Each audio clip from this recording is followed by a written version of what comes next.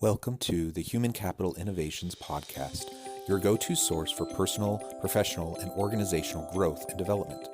We hope you tune in often for all things people management, organizational development and change, organizational leadership, and social impact related. Maximize your personal and organizational potential with Human Capital Innovations Podcast.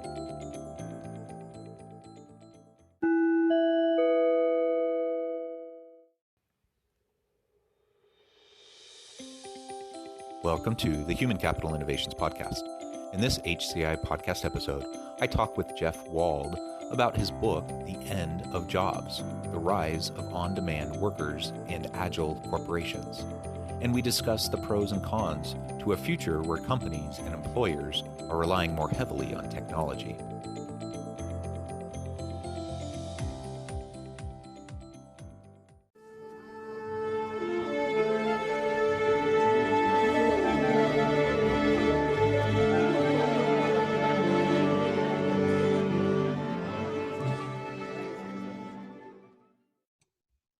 Jeff Wald, welcome to the Human Capital Innovations Podcast. Thank you so much for having me. Yeah, it is a pleasure to have you. It was fun getting to know you a little bit in the pre-interview and just having a nice chat.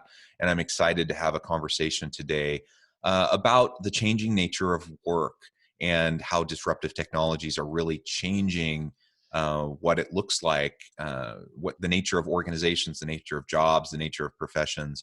So that'll be the focus of our conversation today. And really zooming in on your Amazon bestseller, The End of Jobs, The Rise of On-Demand Workers and Agile Corporations. Such a timely book, an important topic. I'm really excited to have a conversation with you today about it. As we get started, I just wanted to share Jeff's bio with everybody. Jeff Wald is the founder of Work Market, an enterprise software platform that enables companies to manage freelancers, acquired by ADP. Jeff has founded several other technology companies, including Spinback, a social sharing platform eventually purchased by Salesforce. Jeff is an active angel investor and startup advisor, as well as serving on numerous public and private boards of directors. Jeff is the author of that Amazon bestseller, The End of Jobs, and we'll be getting into that more here in just a moment. So again, welcome, Jeff. Before we really launch into the conversation, anything else about yourself that you would like to share by way of background, personal context, anything like that? No, just how excited I am about this topic and how important I think this topic is as we as a society, let alone companies and families, think about how to plan for the future. Super important to think about all of these issues and to debate and discuss them. Absolutely, I completely agree, because whether we like it or not, the future is coming, and disruption is the name of the game, and messiness and complexity is really just what the world is throwing at us right now. And so we either get to kind of dig in and try to stay entrenched in how things were in the past, or we can embrace the ambiguity and open ourselves up to change and prepare for the future. So I think exploring your book's really going to be a fun opportunity. So tell us about why you wrote this book. What inspired you to write The End of Jobs? Annoyance and frustration inspired me. As I will say this, look, as the founder of Work Market, I had the opportunity to go and speak at many conferences and on many panels, and I'd hear other, experts and thought leaders talk about things, and I think that's crazy. Why is he saying that? Why is she saying that? That has no chance of coming true.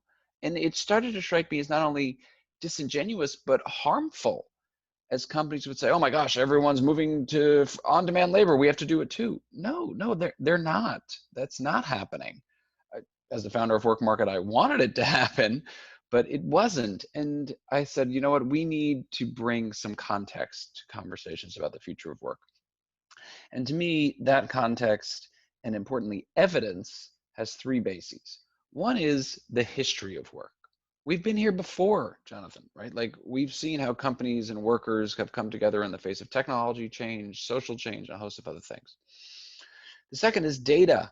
Let's look at the data and the data trends, data patterns, and where data is and what it means. And the third is, let's talk about how companies actually engage workers. Because there is this rather large misconception that labor resource planning meetings kind of go like this. CEO walks in and she says, all right, so we got to do something with our workers. Just hire the cheapest ones and screw them all. All right, meeting adjourned. Shockingly, that is not how those meetings go. So understanding the history, understanding the data, understanding how companies actually engage workers, that's what we lay out in the book. And I think that those things are fundamental in having any conversation about the future of work. Wonderful. I completely agree. So tell us, kind of summarize the main premise of the book, the key takeaways of the book. Tease it for us a little bit. Sure. Well, look, the big takeaway is that there will be no net job losses from robots and AI. History tells us that, data tells us that, how companies engage workers tells us that. But it doesn't mean that we're not in for a rough patch. It doesn't mean that we will not lose a huge number of jobs, upwards of 25 million in the United States, from automation, robotics, AI. And the big challenge for society is how do we retrain those workers? And history here has very poor lessons for us. Well, very good lessons that give us very poor or unfortunate outcomes, which are that we have not done this well. We have never done this well.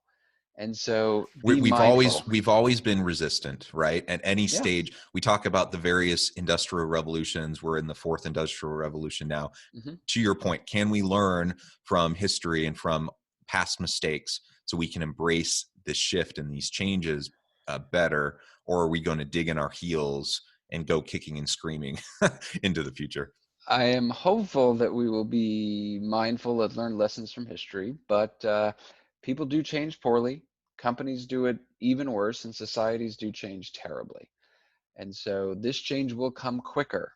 And in that case, I am not overly optimistic, but we have new technologies and new processes for adapting and for helping to retrain workers. And in that case, I am optimistic.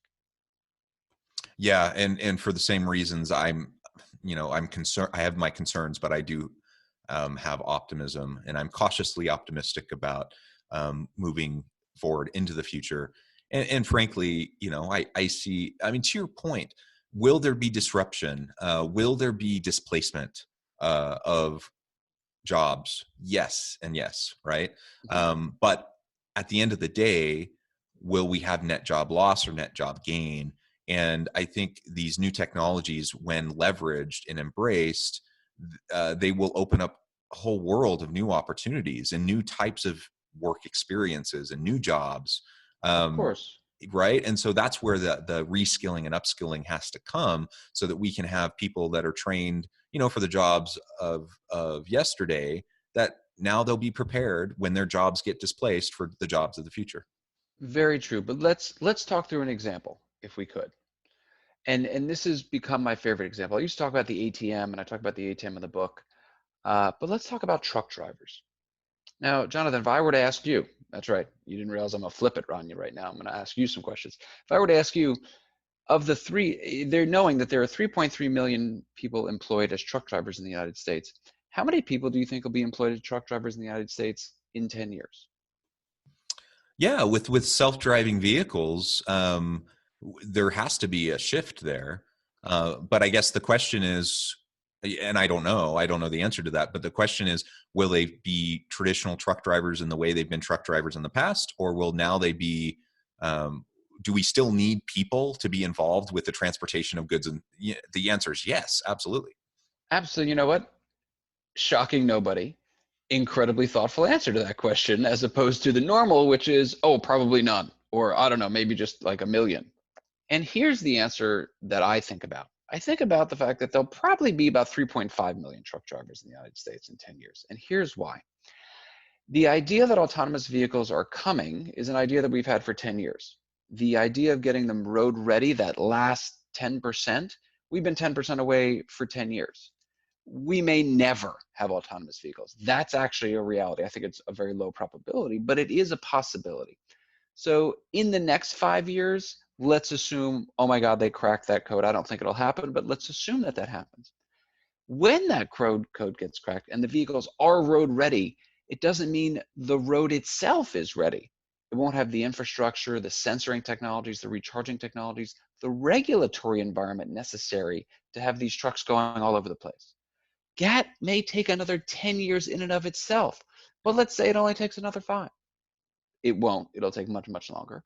Now we're 10 years out. And then what has to happen? Trucking companies have to go and replace their trucking fleets. It will cost upwards of $300 billion. I shouldn't say upwards, by the way. That's the low end estimate to replace the 2 million semi-truck tractor trailers in the United States. The largest company in this space, Knight-Swift, has an annual CapEx budget, not truck replacement budget, mind you. That's just a portion of their CapEx of $500 million. So let's say they spend $100 million to $200 million on truck replacement. It would take them, the largest company in the United States, 10 years to replace all their trucks. And then to your point, even when they're there, they're still not going to get rid of every single truck driver. And so when we look at the data, when we look at how companies actually engage workers or deploy capital, you see a picture that says for the next 20 years, we're not expecting that many job losses in trucking. The real story for truck drivers in the United States is that there's a shortage of them today. And one of the reasons there's a shortage, I would bet, is that people say, oh, truck drivers, their job's going. I don't want to go into that field. No, it's not going. This is a good, decent paying job for for any person that wants to go and take this line of work. And we should be encouraging people to move into those types of jobs. It is just one example that illustrates the complexity of the situation and the general misconception a lot of people have about how robots and AI are going to take jobs and how it's actually going to play out. Yeah. So what I hear you saying is that the sky isn't falling, right?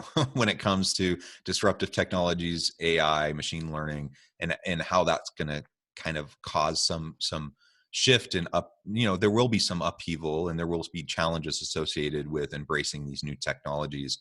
But it will likely come faster than we experienced in previous iterations of the Industrial Revolution.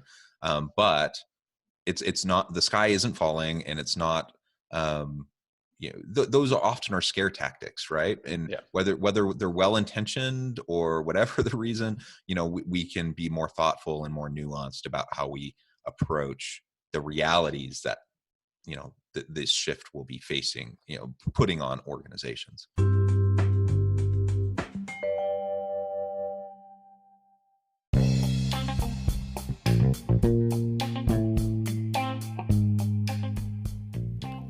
I'm excited to announce the publication of my new book from HCI Press, The Alchemy of Truly Remarkable Leadership: Ordinary, Everyday Actions That Produce Extraordinary Results.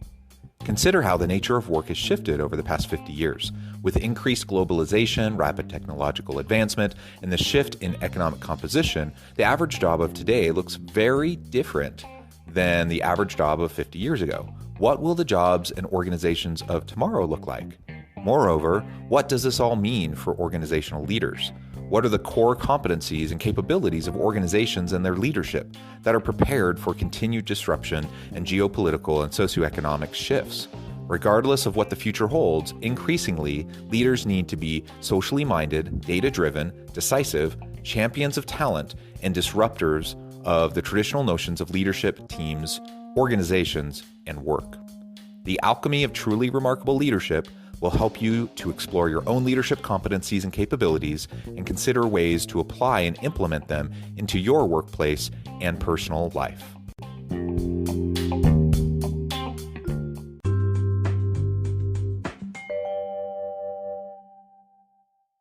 One of the many challenges we have as a society is the fact that you have to be sensational in order to get noticed, and everybody wants to get noticed in the social media context. And that certainly applies to people making predictions about the future of work, and thus sensationalist predictions get the most media pickup, and those generally are the most ridiculous, the most not based on evidence, and the most incorrect. Yeah, absolutely. So what do you see as the biggest pros and cons, both sides of the coin, in terms of organizations of the future embracing, all these disruptive technologies we know about now that are, we're trying to figure out and refine and prepare for the future of work, but also technologies we don't even have a clue about right now, that are going to pop up. Well, there will certainly be technologies we don't have a clue about, and job functions and job roles that we don't have a clue about, that history will tell us 10 years from now, 20 years from now, there will be millions of people employed in a job function that neither one of us who study this a lot and think about this a lot could even remotely think about. We couldn't guess it. And there will be millions of people employed in it. If we had said 20 years ago to somebody, hey, there are going to be millions of people employed as social media managers, people go, what the heck is that? Why would somebody need that? Well, we can argue as to not whether somebody actually needs that. But be that as it may, it is a job function that across the world, millions of people are employed in. Okay, so there is that. Look, in terms of how companies are going to act and react, they will do as they have done throughout history, which is they will be thoughtful. They will do a lot of analysis. They will dip their toe in the water. Once technologies are proven enough and they see the ROI and they will see what their customers like or dislike, they will see how their competitors are acting and responding, they will move more fulsomely. Look, the technology has existed to displace every single retail checkout clerk. That technology has existed for 10 years. But I don't like that experience. I still like to go to a checkout person. And therefore, we haven't seen a huge amount of job loss there. So just because the technology exists doesn't mean that the jobs go away. Yeah, absolutely. Do you see what other types of benefits do you see as we embrace technologies moving into the future? Well, the other clear benefit as technologies massively increase productivity is that they massively decrease the cost of production and the cost of goods. This is why historically, as we look at technological changes, the first three industrial revolutions, as you highlighted, because a lot of people call what we're in now the fourth industrial revolution, which I think is very accurate. One of the very clear patterns and very clear trends is a increase in the number of jobs, a decrease in the number of working hours, and a increase in the standard of living those decreased working hours can provide. And we see that because we decrease the cost of production, we increase the amount of goods people are capable of consuming or the quality of goods and a host of other things. And therefore we have this tremendously wonderful standard of living that is increased. Very clear, very consistent trend. And so that is a huge benefit that will accrue to all of society. It doesn't mean that all members of society benefit from it, right? There are people that get left behind, and we have this incredibly important responsibility to look after those people, to provide them with the support necessary to do the retraining, to get into the industries and the jobs that are growing. And if we don't do it, and again, we have done a poor job of this as a society throughout history, as societies throughout history, we don't do this and we don't support these people to our peril. It will make this transition all the more difficult, and it will be a difficult transition. Yeah, I think that's well said. And yeah, I'm not sure what the answer is to that. The issue with the haves and the have-nots, and the systemic inequities that we see present in many of our systems today. Will we be able to close the gap? Will they be exacerbated by these continued shifts? Like you said, history doesn't always paint a great picture on how we handled that in the past. I hope we can do a better job this time. I truly hope that. I am with you. I am with you on that hope. Yeah, absolutely. Well, so wonderful. I'm excited to have an opportunity to check out your book in more detail because everything you're saying resonates with me so much. And before we close, I'll ask you to share with listeners how they can get in contact with you, how they can find out about your book, how they can get a copy of your book. But before we go there, I did want to talk for just a few minutes about the Future of Work Prize. Can you tell us a little bit about that, why you decided to launch it? Sure. Well, the reason I decided to launch it was because writing a book is really hard. And it took me 7 years to write this thing. And as I was coming in a year before I had finished, obviously I didn't know it was a year before I finished yet, I thought, you know what, I'm not I'm not coming up with enough pages, and I do not like to repeat. I'm not a repeater. Don't like to repeat. So you had to say that 3 times. And so I came up with the idea of asking a lot of the people that I interviewed for the book, a lot of people that I got the chance to know through Work Market, to give me their thoughts on what the world of work looks like in 2040. I mean, it occurred to me, Jonathan, that I was so fortunate to be able to interview these people, to get to know these people, and these are the men and women that are actually shaping the future of work. They're the leaders of some of the largest staffing firms. They're the leaders of the largest unions, the heads of HR and executives at some of the largest companies. These are the people that are really transforming their organizations to deal with all the changes we're talking about. So what do they think? What do they think the world looks like in 2040? And I was able to convince enough of them to do it. They wrote these beautiful pieces that we included into the book, 20 pieces. And I was thinking as I was coming up with this idea, you know what? I'm an advisor to the X Prize. I'm a huge fan of the X Prize. Why don't I create my own little X Prize? So I personally put up a $10 million prize, which is the X Prize amount, for whichever of the authors are the most correct in their prediction. Now, that means we got to wait until 2040 to find out who is the most correct. So this will be the one area in my life I root for inflation. But it is so fascinating, and I am so honored and so impressed with everything that these people wrote. And it makes for just a much better book and a much better read than just here's Jeff Wald's thoughts based on history, based on data, based on how companies engage workers. That's one point of view, but here are 20 other points of view that are equally, if not better, informed. And it was a great, great part of the book, easily my favorite part of the book, mostly because I didn't have to write it.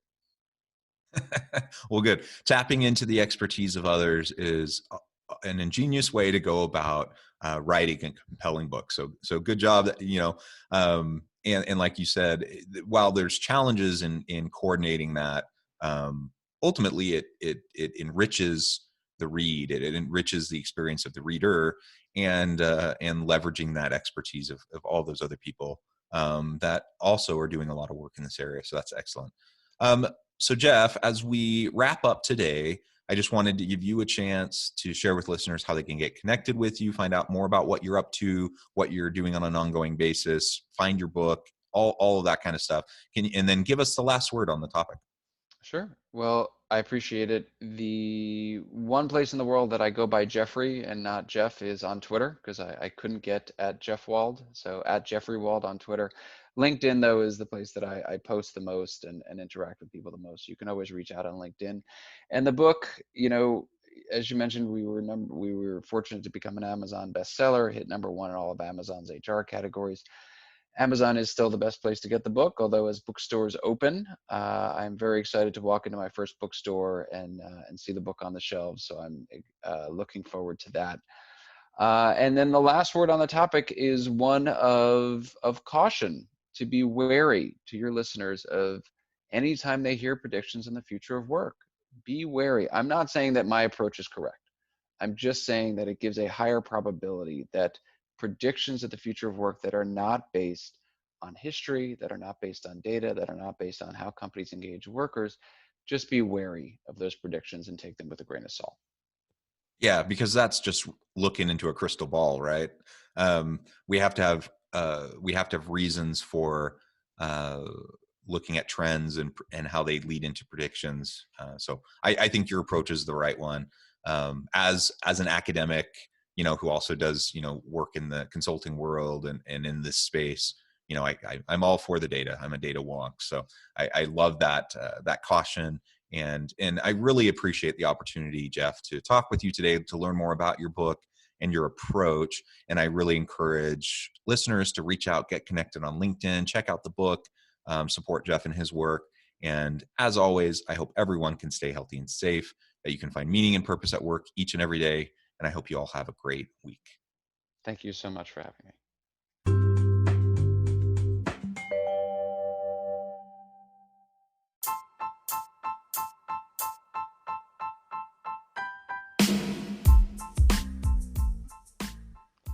We are excited about the launch of HCI's new magazine, Human Capital Leadership. Human Capital Leadership is a free, interactive e-magazine designed to help individuals, leaders, and organizations find innovative approaches to maximize their human capital potential. We will be publishing issues quarterly in August, November, February, and May. Check out the first issue and let us know what you think.